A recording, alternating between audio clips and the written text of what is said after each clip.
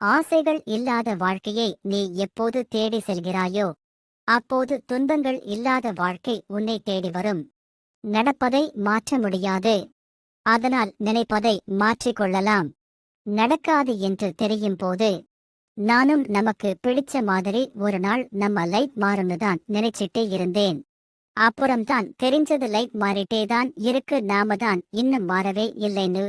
உன் வாழ்க்கையில் வரும் எந்த சிக்கலுமே உன்னை சிதைக்க வந்தது அல்ல, உன்னை செதுக்க வந்ததே.